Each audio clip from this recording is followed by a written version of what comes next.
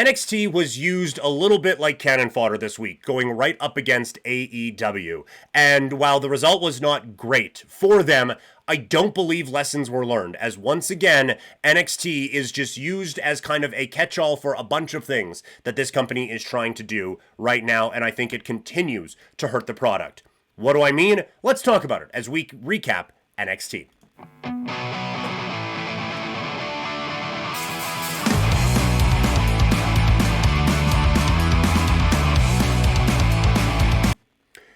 NXT had the Great American Bash over the weekend, and it certainly got lost in the shuffle, and it has led to a lot of discussion about NXT's role in all of this right now, as the company continues to use NXT as their horse into battle, going up against AEW, even though they just got their ass kicked, and they probably will again for Heatwave going up against Forbidden Door next month.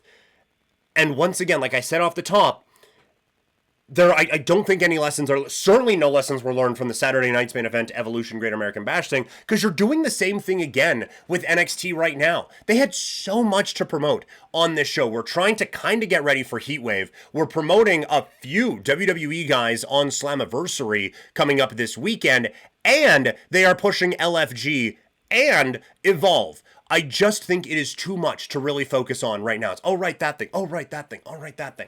And so, like we have seen, when this brand, when this company focuses on something, you get great results. When they are doing the me off of Vyvanse thing, where, okay, I'm going to try to multitask, I'm going to have this on here, this in the corner, and picture down here, and I'm going to try to do a crossword puzzle. No, it doesn't work. It doesn't work. I try to make it work. It never works for me. I get frustrated by it. I don't know how they keep trying this with NXT. It is just setting themselves up for failure. So overall, this was an okay show with actually some big things on it that could have led in different directions. Instead, it gets lost in the sauce of promoting 8 different things for this company. The things I did like. Jordynne Grace, I like what they are doing with the character here. I thought she would have won on Sunday. I thought that was probably the move for her and for her character. But I think this is more interesting. I really do. She comes out in the middle of an Evolve title match and beats up the 2 opponents. She was the Scott Hall to their the Mauler, whoever, and the other guy who was in the ring when Scott Hall debuted. Probably should have looked that up again to refresh it before I made the analogy, but you know what I mean. Or you don't, and it doesn't matter. Either way, Jordynne Grace comes out in the middle of a match, kicks the shit out of everyone involved, and gets on the mic and yells and screams a whole lot. I'm actually much more interested in this character, and so this is one where I thought, because it has been a bit underwhelming for her in NXT so far, and she has been overshadowed by some amazing talent who happened to pass through at the same time, Sunday was the chance to put the spotlight on her and really show what she can do as kind of the head of a brand. Instead, they make an excellent character out of it. So great work. JC Jane, I think, has shown that she is good enough to deserve a little bit more. We'll see about her being the Knockouts champion as well. I could actually see it, and that's actually what I think probably happens coming up here on Sunday at Slammiversary. But I think for Jordynne Grace to come out and have this more fiery character instead of just being the champ who is so grateful and everything, it adds an edge to the character that I think is very important for her to have. So this was an excellent bit of booking and kind of looking down the line at what can really make this performer exactly what we need her to be right now. So some excellent work there.